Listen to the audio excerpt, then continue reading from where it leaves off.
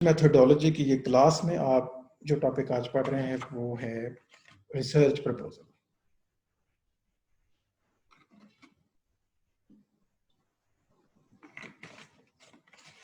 बहुत इंपॉर्टेंट है।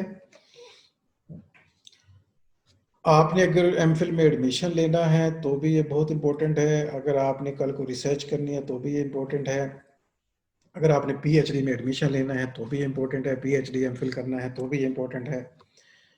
Independent researcher बनना है या रिसर्च को अंडरस्टैंड करना है तो ये रिसर्च प्रपोजल क्या है? ये एक्चुअली प्लान ऑफ रिसर्च है। जो रिसर्च करने से पहले आप एक रिसर्च का मंसूबा बनाते हैं ना, एक प्लान बनाते हैं कि मैं ऐसे ऐसे रिसर्च करूंगा, ये मेरी रिसर्च का फायदा होगा, मैं ये टूल लगाऊंगा, मैं ऐसे डाटा कलेक्ट करूंगा। आप यूनिवर्सिटी को कन्विंस करते हैं कि मुझे एडमिशन दिया जाए, ये मैं काम करूंगा तो इससे ये फायदा होगा, हमारी कंट्री को इस मेरे प्रपोजल से या मेरी रिसर्च से ये फायदा होगा।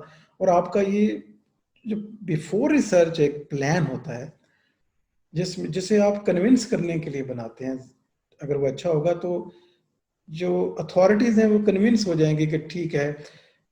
इंडिपेंडेंट अगर आप रिसर्च कर रहे हैं तो कोई एजेंसी होगी जो आपसे रिसर्च करवाना चाह रही होगी, गवर्नमेंट आपसे रिसर्च करवा सकती है, तो फिर वो आपको देगी रिसर्च का पूरा मंसूबा कि आप रिसर्च कंडक्ट करें। आपका प्लान वो कहेगी कि बहुत अच्छा है। इसी तरह अगर आप यूनिवर्सिटीज में जाते हैं तो फिर किसी और की जगह आपको एडमिशन मिलेगा कि क्योंकि आपका प्लान ज्यादा अच्छा होगा, ज्यादा सूटेबल होगा, ज्यादा प्रैक्टिकल होगा, ऑर्गेनाइज होगा। तो अब आपकी जो रिसर्च का मेन प्रोजेक्ट है वो भी आपके इस मंसूबे पे डिपेंडेंट है,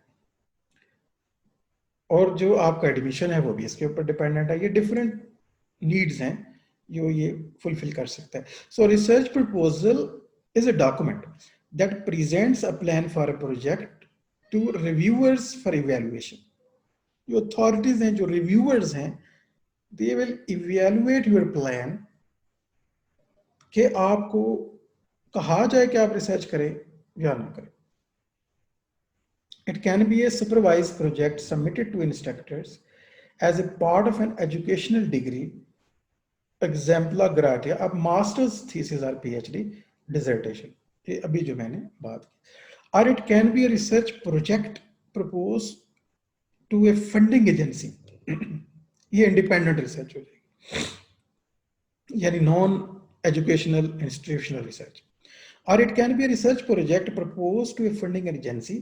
Its purpose is to convince reviewers, यानी purpose क्या है प्रपोजल का, रिसर्च प्रपोजल का? Its purpose is to convince reviewers that the researcher is capable of successfully conducting the proposed research project. Reviewers have more confidence than a planned project will be successfully completed if the proposal is well written and organized and carefully planned. ये फायदा आपको होगा कि अगर आपका proposal week है और उसमें प्रॉब्लम्स हैं, उसमें लूप्स हैं, और आपको खुद ही अंडरस्टैंडिंग नहीं है कि आप टूल कौन सा लगा रहे हैं, आपको नहीं पता है आप एनालिसिस कैसे करेंगे, आपको नहीं पता आप ढूंढ क्या रहे हैं और ढूंढेंगे क्या, तो फिर आपका ये प्रपोजल रिजेक्ट हो जाएगा। और इसका मतलब है आपको वो प्रोजेक्ट नहीं मिलेगा, इसका मतलब है आपको एमफिल में एडमिशन नहीं मिलेगा, या इसका मतलब है आपको पीएचडी नहीं मिलेगी, या एडमिशन भी नहीं मिलेगा, या आपकी फाइनल पीएचडी भी रिजेक्ट हो सकती है, यानी डिग्री नहीं मिलेगी। So everything, your degree, your admission, your independent funding, अगर आप देखें तो totally dependent on well planned organised proposal. ये बहुत अहम डॉक्यूमेंट हो गया, और ये ऐसा डॉक्यूमेंट है जो आप ओरिजिनल रिसर्च से पहले तैयार करते हैं। Proposal is just like a research report. Research report से काफी ये मिलता जुलता है, जो रिसर्च के बाद की जाती है। रिसर्च रिपोर्ट रिसर्च के बिल्कुल बाद में एक लिखी जाता है एक डॉक्यूमेंट, उसे रिसर्च रिपोर्ट कहते हैं। और रिसर्च करने से पहले जो डॉक्यूमेंट लिखा जाता है कन्विंस करने के लिए, वो उसे कहते हैं रिसर्च प्रपोजल। और रिसर्च रिपोर्ट तो बेसिकली आप रिसर्च प्रेजेंट करते हैं, इन शॉर्ट वो एक डॉक्यूमेंट प्रिपेयर करते हैं, but it is written before the research project begins. A proposal describes the research problem and its importance and gives a detailed account of the methods that will be used and why they are appropriate. A proposal for quantitative research has most of the parts of the research report: a title, an abstract, a problem statement. एक quantitative research में आम तौर पे जो part हो सकते हैं, इसमें थोड़े बहुत डिसिप्लिन के अकॉर्डिंग चेंजेस हो सकते हैं. A title, an abstract, a problem statement, a literature review, a method, a design section and a bibliography. यानी उसमें ये चीजें होनी चाहिए. It lacks results, discussion and conclusion section. Research proposal के अंदर डाटा एनालिसिस नहीं होता, कोई कंक्लूजन नहीं निकाला जाता, फाइंडिंग नहीं होती, क्योंकि ये रिसर्च नहीं है, ये रिसर्च का एक प्लान है. The proposal has a plan for data collection and analysis. It frequently includes a schedule of the steps to be undertaken and an estimate of the time required for each step. For funded projects, the researcher need to show a track record of the past success in the proposal, especially if they are going to be in charge of the project. Proposals usually include curriculum vitae, letters of support from other researchers, and record if past research. तो अगर आप independent agency को के सामने research रख रहे हैं, even आप पीएचडी एमफिल में एडमिशन के लिए भी कर रहे हैं, तो भी ये पार्ट्स, ये चीजें इंपॉर्टेंट हो सकती हैं. वो कौन सी? आपका पिछला एक्सपीरियंस जो रिसर्च का. अब एक अच्छी सीवी लिखेंगे जिसमें आप लिखेंगे मैंने फलां इदारों के लिए पहले ये रिसर्च की है, या इंडिपेंडेंटली मैंने आर्टिकल्स लिखे हैं, फलां जगह पब्लिश हो चुके हैं, तो ये आपका पास्ट रिकॉर्ड है. उसके अलावा अगर आपने किसी अच्छे रिसर्चर के साथ काम किया है, उसका एक अच्छा नाम है, लेटर ऑफ रिकमेंडेशन भी आप लिखवा सकते हैं कि मैं बहुत अच्छा रिसर्चर हूँ, बड़ा कोऑपरेटिव हूँ और टाइम पे काम खत्म करता हूँ.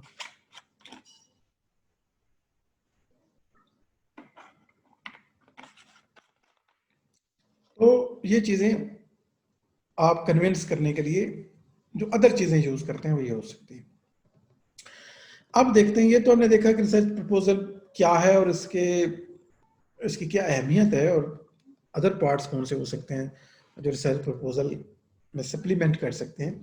तो रिसर्च प्रपोजल के जो डिफरेंट सेक्शन हो सकते हैं, बड़े बड़े जो सेक्शन है वो है एक इंट्रोडक्शन, जिसमें आप इंट्रोड्यूस करवाते हैं अपने सारा टॉपिक. मसलन आप बैकग्राउंड स्टडी देते हैं, you put the objectives there, क्या मकासद हैं आपके इस रिसर्च के, और सिग्निफिकेंस, बहुत इंपॉर्टेंट चीज होती है सिग्निफिकेंस ऑफ द रिसर्च. ये पूछी जाती है कि क्या अहमियत है आपकी रिसर्च की, आप करेंगे तो हमें क्या फायदा होगा. उसके अलावा रिसर्च डिजाइन, यानी दो बड़े पार्ट हैं. ये रफ बात हो रही है, आगे इंग्लिश स्टडीज की हम बाकायदा से पार्ट देखते हैं नीचे. रिसर्च डिजाइन में आप डाटा कलेक्शन टेक्निक शो करेंगे, सर्वे, एक्सपेरिमेंट, क्वालिटेटिव टेक्निक क्या लगाएंगे आप, डाटा कलेक्ट कैसे करेंगे, पॉपुलेशन क्या होगी, सैंपल कैसे कलेक्ट करेंगे, टूल क्या लगाएंगे, डाटा कैसे गैदर करेंगे, फिर इकट्ठा करने के बाद कंप्यूटर में लाने के बाद शिफ्ट कर लेते हैं अगर, तो प्रोसेस कैसे होगा, एनालिसिस कैसे होगा, और फिर जब रिसर्च कर लेंगे तो रिपोर्ट किस अंदाज में लिखेंगे, कैसे लिखेंगे, बजट क्या आएगा. इंडिपेंडेंट रिसर्च में खासतौर पर बजट का भी बताना पड़ता है कि कितने पैसे लग जाएंगे इसके ऊपर. कहीं आप बहुत ज्यादा खर्चा अगर कर देते हैं तो हो सकता है एजेंसी वो ना लेना चाहे. टाइम स्केड्यूल भी आपको बताना होगा, ये नहीं कि आप 10-15 साल रिसर्च ही करते रहें. हो सकता है उन्हें 6 माह में रिसर्च चाहिए हो, 2 साल में चाहिए हो. बहुत अर्ली भी आप नहीं कर सकते कि आप 1 महीने में कर दें, जो नामुमकिन हो, या बहुत लंबा टाइम बता दें, वो भी पॉसिबल ना हो. और टीम ऑफ रिसर्चर अगर आपके पास इंडिपेंडेंट, खास तौर पे आप रिसर्च कर रहे हैं, तो आप अगर टीम है, अगर आप अकेले हैं तो ठीक है, सम टाइम 3, 5, 10, 15 लोगों का रिसर्च का ग्रुप भी होता है, वो आप बताएंगे. ये जनरल पार्ट्स हैं. और इंग्लिश स्टडीज में, ह्यूमैनिटीज की रिसर्च के अंदर जो पार्टिकुलर अब जो टाइप्स हमारे यहाँ इस्तेमाल होती हैं, और टोटल जो पार्ट्स हैं जो आपको ये याद रखने, ये 12 पार्ट्स हैं. Number 1, title. And remember, not more than 20 words. You are not allowed to write a title more than 20 words. 20 words maximum आपके पास प्लेस है to write a title. Abstract, उसके बाद आप लिखते हैं बिल्कुल समरी ऑफ द रिसर्च, और ये बिफोर रिसर्च एब्स्ट्रैक्ट भी लिखा जा सकता है. और समटाइम इसे प्रपोजल का पार्ट नहीं समझते हैं कुछ रिसर्च बुक्स जो हैं। हाउएवर मैंने इसको पार्ट यहाँ रख लिया है। एब्स्ट्रैक्ट दो किस्म के होते हैं, एक जो रिसर्च करने के बाद लिखा जाता है पोस्ट रिसर्च एब्स्ट्रैक्ट, और ये प्री रिसर्च एब्स्ट्रैक्ट है, यानी प्रपोजल का पार्ट जो है 150 वर्ड्स टू 250 वर्ड्स, ये इसकी लिमिट है। इसके अंदर आपने रिसर्च का पर्पस, उसकी अहमियत, उसकी थ्योरी, उसके टूल सब बताने हैं इसके अंदर। ये समरी ऑफ द रिसर्च। उसके बाद इंट्रोडक्शन आएगा जिसमें वही बैकग्राउंड ऑफ द स्टडी और introduction of the topic, introduction of the variables, introduction of the selected text अगर है तो introduction of the author area, introduction of the theory, introduction of the theories and model, जो चीज़ें आप use कर रहे हैं बेसिक सारी टर्मिनोलॉजी यहाँ इंट्रोड्यूस करवाई जाएगी। रिव्यू ऑफ द लिटरेचर, अभी हमने लास्ट में भी देखा था कितना इंपॉर्टेंट पार्ट है, ये प्रपोजल का भी पार्ट हो सकता है,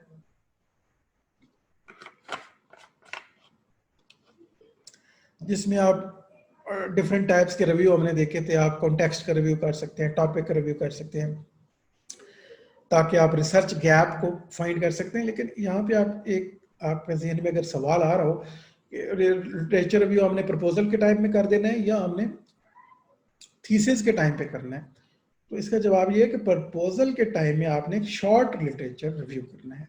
ये बहुत छोटा लिटरेचर रिव्यू होगा, सिर्फ यहाँ तक पहुँचने के लिए करना है कि ये बताना है कि मैंने लास्ट कुछ पेपर रिव्यू कर लिए हैं, री इन्वेंशन ऑफ द व्हील नहीं हो रहा, बस यहाँ तक आपने क्लैरिटी लेनी है और रिसर्च गैप का पता करना है। उसके बाद जो डिटेल्ड रिव्यू लिखना है ना, वो आपने जो चैप्टर बनाना है बाकायदा से, वो रिसर्च के अंदर होगा। वो यहाँ इतना कुछ चैप्टर नहीं होगा, बस आप लास्ट रीसेंट जो रिसर्च है वो मेंशन करेंगे। तो ये एक स्मॉल स्केल लिटरेचर रिव्यू आप इसे कह सकते हैं। सिग्निफिकेंस ऑफ द स्टडी बहुत इंपॉर्टेंट है, बहुत बड़ा सवाल है जो हर बंदे से पूछा जाता है कि भाई रिसर्च क्यों कर रहे हो, क्या फायदा होगा, मुल्क को क्या मिलेगा। आज इंडिपेंडेंस डे भी है, तो रिसर्च हम तो होनी चाहिए, लेकिन रिसर्च क्यों होनी चाहिए, ये बड़ा अहम सवाल है। यानी आप क्या प्रॉब्लम सॉल्व करेंगे। अब आपको तो पता है रिसर्च तो प्रॉब्लम के राउंड अबाउट होती है, कोई इश्यू सॉल्व किया जाता है, तो आप क्या प्रॉब्लम सॉल्व कर रहे हैं ये आपको प्रूव करना है। यहाँ पे आमतौर पे मैंने आसानी के लिए लिख दिया कि 3 डायमेंशनल इंपॉर्टेंस आप बता सकते हैं कि आप नंबर 1 सोशल सिग्निफिकेंस के, कि सोसाइटी को क्या मिलेगा, आपके रिसर्च से क्या फायदा होगा।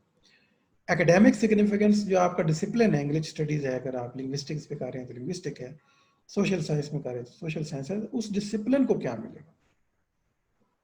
और नेक्स्ट है पर्सनल सिग्निफिकेंस, क्या है कि आपको ज़ाती तौर पे इस रिसर्च से क्या बेनिफिट हो सकता है, क्या इल्म मिलेगा, या आपकी स्किल डेवलप हो जाएंगी, या आपकी कोई अंडरस्टैंडिंग डेवलप होगी, किसी भी टाइप का ये सिग्निफिकेंस आप दे सकते हैं यहाँ पे। रिसर्च क्वेश्चंस क्या होंगे, डेफिनेटली बहुत इंपॉर्टेंट पार्ट है कि आपका मेन रिसर्च क्वेश्चन है कि आप तलाश किस चीज़ की तलाश कर रहे हैं, वो क्या सवाल है जिसका जवाब आपने इस रिसर्च के एंड पे लेना है। ऑब्जेक्टिव्स क्या है, कहाँ आप पहुंचना चाहते हैं, यानी आप इस रिसर्च के एंड पे कहाँ पहुंचेंगे, ऑब्जेक्टिव्स में आपने ये बताना है। थ्योरेटिकल फ्रेमवर्क में आपने फ्रेमवर्क बताना है कि आपने कौन सा लिया है। डिफरेंट जो डिटेक्टिव रिसर्च होती है वो डेफिनेटली मॉडल लगाती है, और इंडक्टिव रिसर्च में आप एक्सपेरिमेंट करते हैं। तो इसमें आपने बताना है कि अगर आपने मार्क्सिज्म फॉर एग्जांपल थियरी ली हुई है, तो फिर सलाउद्दीन आपकी वीडियो ऑन है, तो अगर आपने कोई थ्योरी लिया तो उसके अंदर फ्रेमवर्क डिफरेंट हो सकते हैं। जैसे मार्क्सिज्म के अंदर बेसिक मार्क्सिज्म का फ्रेमवर्क है, एल्थुजर का फ्रेमवर्क है, ग्रामशी का फ्रेमवर्क है, तो मॉडल डिफरेंट भी हो सकते हैं एक ही थ्योरी के अंदर। तो कौन सा ले रहे हैं और वो क्या है उसकी डिटेल थोड़ी बहुत आप यहाँ पे बताएंगे। रिसर्च मेथोडोलॉजी यहाँ पे एक पार्ट के तौर पे आएगी कि आप क्वांटिटेटिव रिसर्च ले रहे हैं कि क्वालिटेटिव रिसर्च ले रहे हैं, तो कौन सी मेथोडोलॉजी आप अप्लाएंगे, और आगे उसके टूल भी उसके मुताबिक होंगे, तो यह सारा आप सैम्पलिंग हर चीज़ बता देंगे यहाँ पे। उसके अलावा डाटा एनालिसिस एग्जाम्पलरी भी लिखा हुआ है। डाटा एनालिसिस एक्चुअली यहाँ पे आपने करना नहीं है, जस्ट कन्विंस करने के लिए रिव्यूअर्स को, अथॉरिटीज को, या यूनिवर्सिटी के जो पैनल होगा उसको कन्विंस करने के लिए सिर्फ आप एक आध एग्जाम्पल जो है ना वो उसका एनालिसिस करके लाएंगे, छोटा सा मिसाल के तौर पे समझाने के लिए। और कंक्लूजन टेंटेटिव है, कंक्लूजन डेफिनेटली अभी निकला नहीं है, कोई फाइंडिंग नहीं हुई है, सिर्फ आप एक टेंटेटिव कंक्लूजन लिखेंगे कि उम्मीद है कि ये नतीजे निकलेंगे आपके रिसर्च के, जो बाद में मुख्तलिफ भी हो सकते हैं। रेफरेंसेस, यकीनन आपने रिसर्च प्रपोजल बनाने के लिए डिफरेंट बुक्स कंसल्ट की होंगी, लिटरेचर रिव्यू में 8-10 पेपर कंसल्ट किए होंगे, और राइटर्स और थ्योरेटिकल बुक्स और काफ़ी कुछ आपने कंसल्ट किया होगा, तो वो सारा आपने अल्फ़ाबेटिकल फॉर्म में यहाँ पे एक लिस्ट में दे देना है, ताकि पता चले कि आपने क्या क्या पढ़ा था रिसर्च प्रपोजल बनाने के लिए। ये है रिसर्च प्रपोजल। बहुत ही आसान सा टॉपिक भी है, लेकिन प्रैक्टिकली करें तो काफ़ी सीखने को मिलेगा उस वक्त जब आप इसे अमली तौर पे करें। तो क्या ख्याल है कि एक रिसर्च प्रपोजल अगर आपको दिया जाए बनाने के लिए, तो आप एक छोटा सा रिसर्च प्रपोजल बना सकते हैं जो सिर्फ 1-2 पेज के ऊपर हो,